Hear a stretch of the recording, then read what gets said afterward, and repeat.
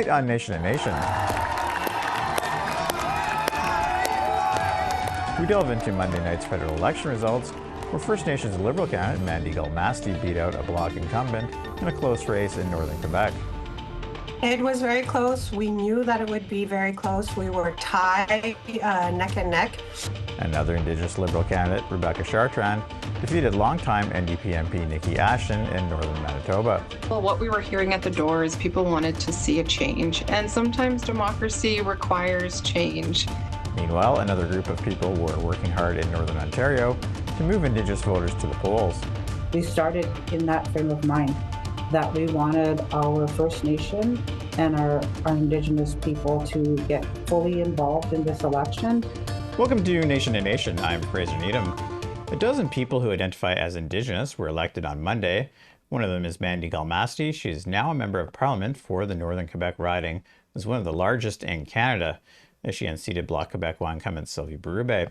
Gull-Masty is a longtime Cree leader and a former Grand Chief of EUSG, and she will now be taking those leadership skills to Ottawa.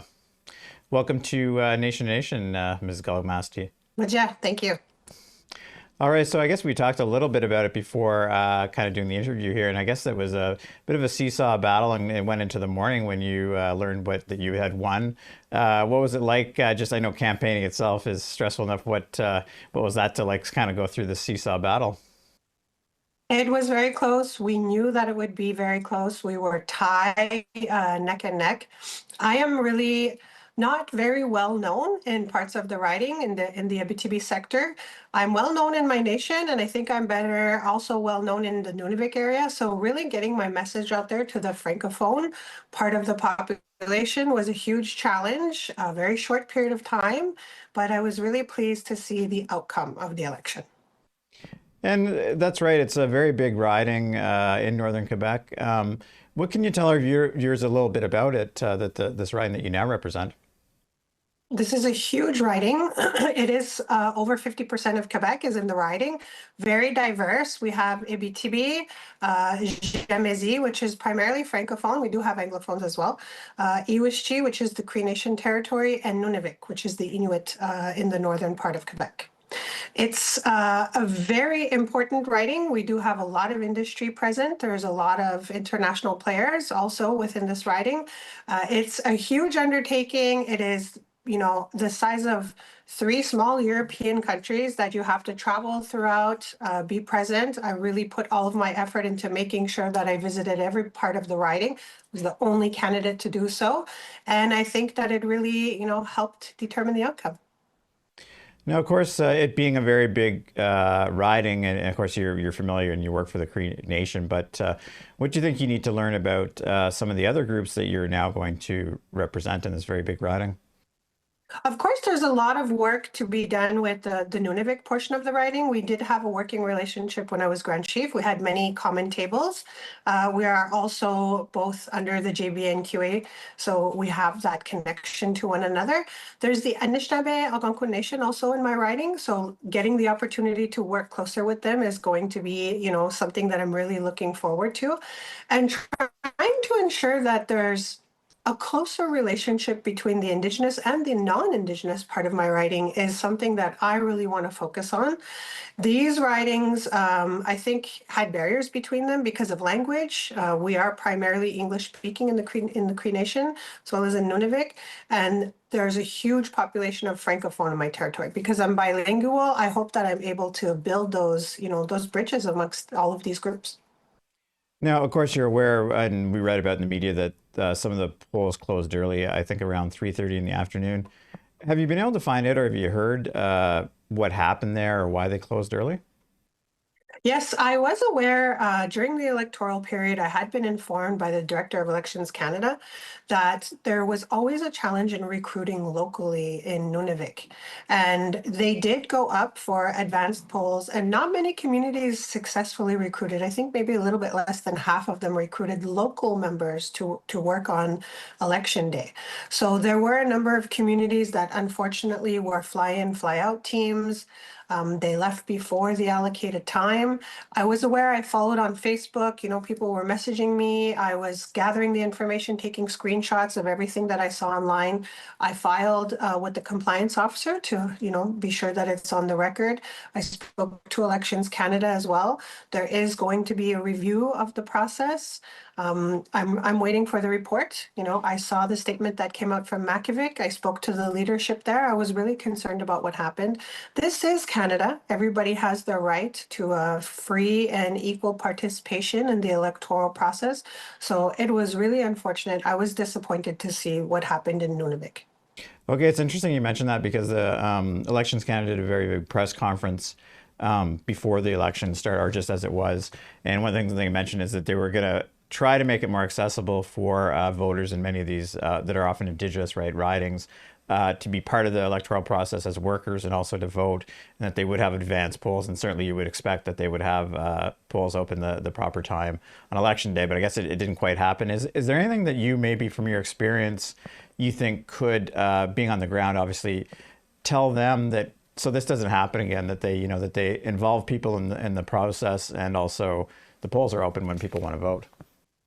I will be putting forward two types of recommendations. First, advising Elections Canada to begin the engagement of election day workers as soon as possible, be it by posting, being it by Facebook, or working with the local leadership. There are a lot of experienced returning officers within these communities, and I think having that close working relationship with them would allow for them to have staff in place, would have the ideal location for voting. In addition, the language barrier is another issue that I saw. When I was calling constituents in Nunavik, it was not, households that spoke French, or even in some cases English. So there was a language barrier. I think ensuring that Elections Canada has somebody that is fluent in the Indigenous languages that are present in this region is something that's really important. Have you heard anything, or are you concerned maybe that the bloc might challenge the result? I mean, it's really up to them. I don't know. I can't say that there's a huge support for the bloc in Nunavik.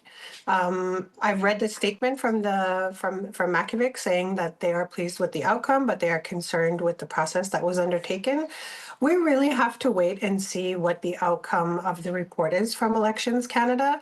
I spoke to the director, he had made it clear that there were some challenges in place, but I also know that him and his team, really tried their best to offer a service. There's always room for improvement. Right, exactly. And unfortunately, we'll have to wrap it up there. But thanks very much for joining us, and look forward to meeting you in Ottawa in person in the coming months. All right. Thank you so much. Thanks for having me. Up next, we'll talk to Rebecca Chartrand, another Indigenous candidate who ran for the Liberals and defeated the NDP's Nikki Ashton in Manitoba's Northern Riding.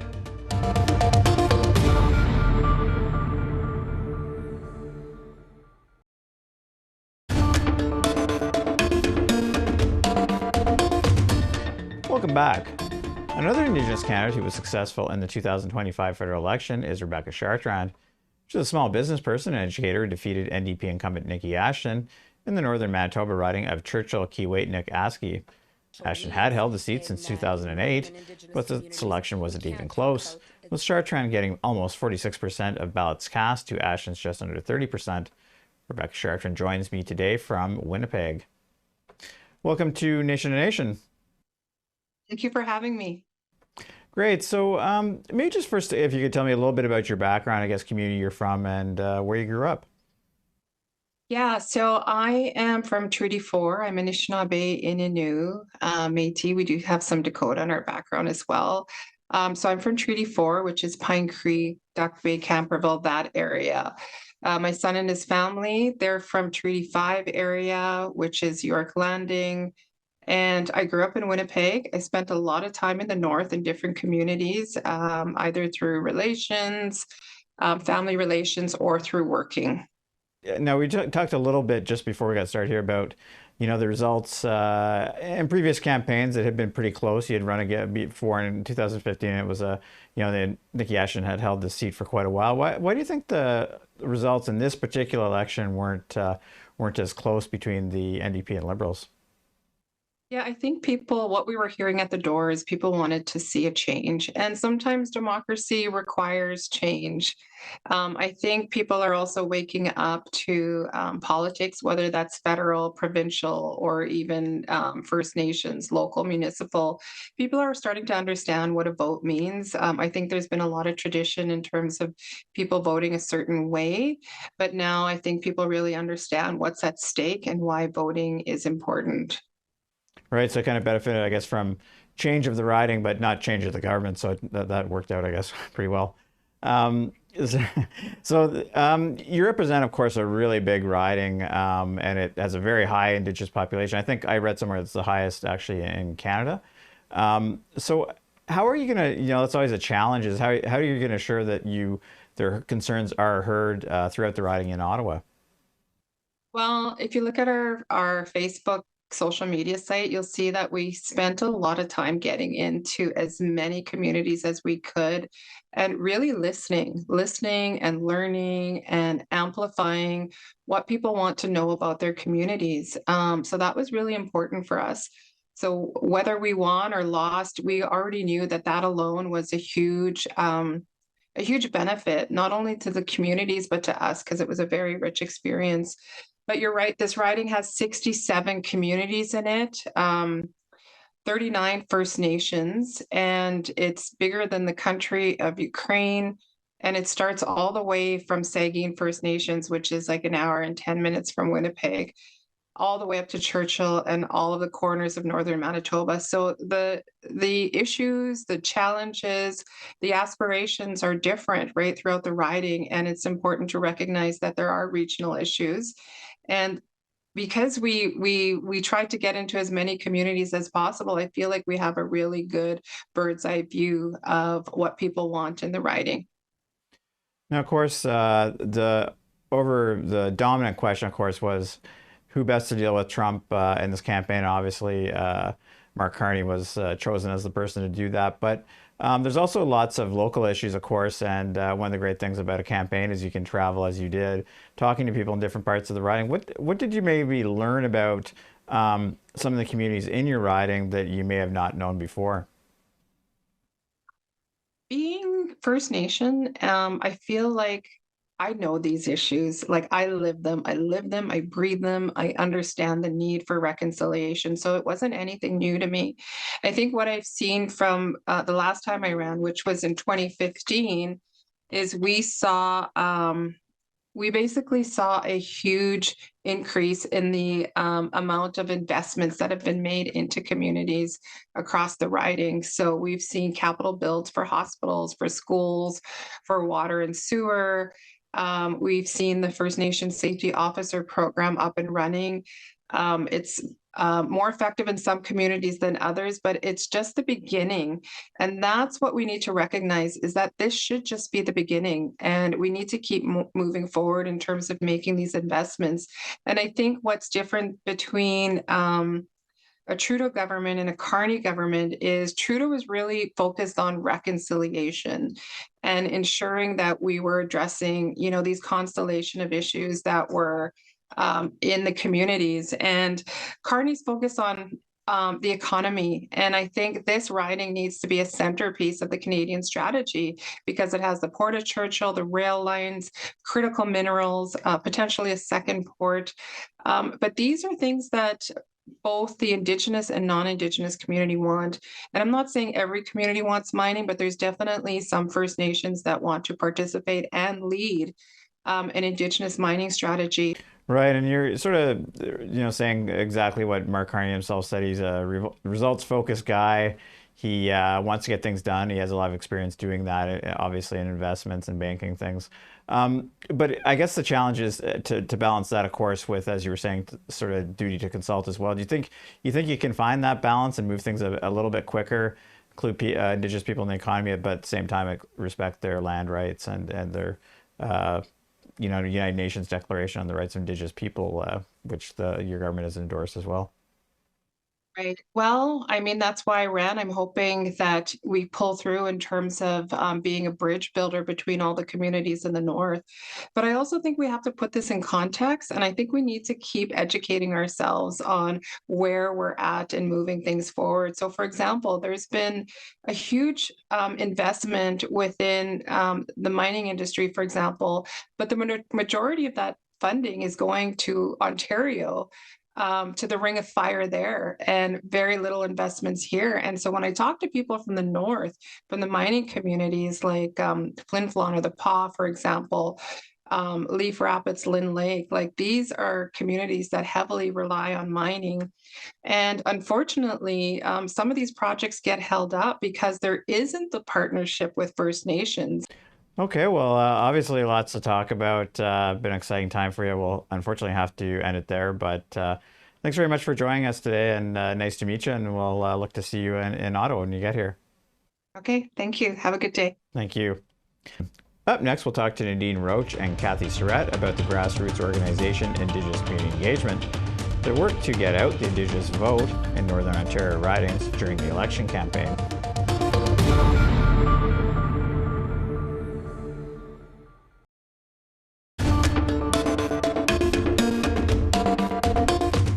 Welcome back. In Northern Ontario, there was a big movement in the 2025 election campaign to get the Indigenous vote out.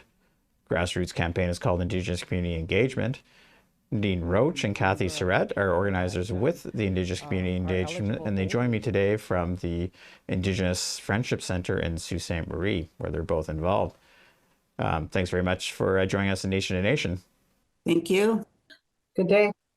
So I'm going to first start off with a question, I guess, for Nadine. And I know you did a number of activities to engage Indigenous people in this most recent election. And I know one of our reporters up there covered it. But maybe you can just tell us a few of the things that the organization did over the course of the campaign to get the Indigenous vote out.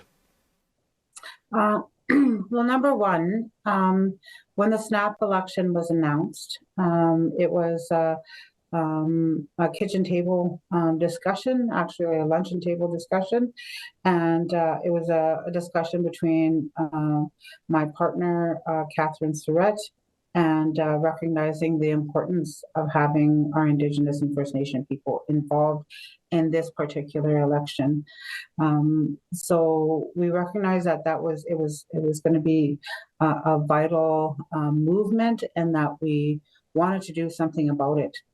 So we started in that frame of mind, that we wanted our First Nation and our Indigenous people to get fully involved in this election.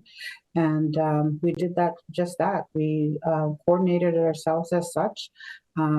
We did outreach to our local First Nations, to our urban Indigenous organizations and people, to rally their support, to bring about education, involvement, and to muster up that mobilization to get to the polls at the time of the elections and to cast their vote. All right, so maybe I'll move to Catherine for a second. And then, so talked a little bit about the lead up to this, but how successful do you think you were in your activities? I think it was successful myself. It was the first that I know of. We called it ICE, which is Indigenous Community Engagement, and I don't recall any other year that we've had this in Sault Ste. Marie. So I didn't expect that big of a turnout, but it was successful, and it went really well. There, we learn as we go along with something new, and Nadine is right in saying that the whole reasoning and rationale behind the Indigenous community engagement is to educate our people. Historically, Indigenous people just would not vote. There were a few of us that do vote, but I think the majority of Indigenous people just will not vote, and it was like brainwashed into them. Catherine, I'm going to follow up with another question on that, since you're talking a little bit, but and there was this thing of, in years past, First Nations leaders would actively encourage their members not to participate in federal election campaigns because it's you're fully aware of it, like treaty rights and relationship with the Crown, British Crown, that is. Is that still something that exists out there? Are people, do you still hear that, or are people, Indigenous people, First Nations, pretty interested in casting their vote? Yeah, I think that more of our elderly and our elders, our senior Indigenous people are still somewhat of that mindset that, if you elect, you may lose your rights. I've heard this time and time again. But when we look back from then to now, our Indigenous people are getting out there to vote. And moving forward, I'm going to be behind any of these community engagements to further, encourage our people to get out and vote, because it is critical. It is critical. One day, this may lead up to Indigenous having our own representative in running for a president, or I'm sorry, not a president, but a prime minister. And, and this is the work that has to happen before that it gets to that. It has to happen at community level, on the ground running with education. And Nadine, I'll just move back to you for a second. And we know that in this campaign, it was really about the Trump, Donald Trump, obviously, and the tariffs, who's best to deal with that. And there was not as much in the past talk from the Liberal Party anyway about reconciliation, some of the housing for Indigenous people, these things. Did you get what kind of feedback did you get from people that they're obviously engaged in this, but was there a frustration that, Indigenous issues were not being maybe talked about enough by the major parties? Yeah, during our event, we had a really good, robust panelist group, and that included, lifelong leaders, current leaders, and, many of them spoke to treaty partners, about selecting your moving forward. When you choose to vote, select your treaty partner, right? And in our audience, when it came time to ask questions or comments, those comments revolved around social issues, revolved around housing, revolved around education, and having that and the economy, absolutely the economy, but having that First Nation mindset and engaging us in the best way possible. Like there's no doubt in our hearts, minds, and spirits that we are part of this fabric. This land is our land. We are made up of this country and beyond, and we need to be fully engaged. And so when we chose to put this event together, that's step one. Grassroots people are the voices. They are the government. So, there's a lot of good leadership amongst our grassroots people, and that was clearly indicated during our event when they spoke to the panelists and they spoke to the party candidates as well. Okay, so you'll have to end it there, but thanks very much again for joining us today. Thank you. Congrats. That concludes this week's episode of Nation to Nation. If you missed any part of tonight's show, you can check out our podcast at aptnnews.ca/podcast. I'm Fraser Needham. Good night.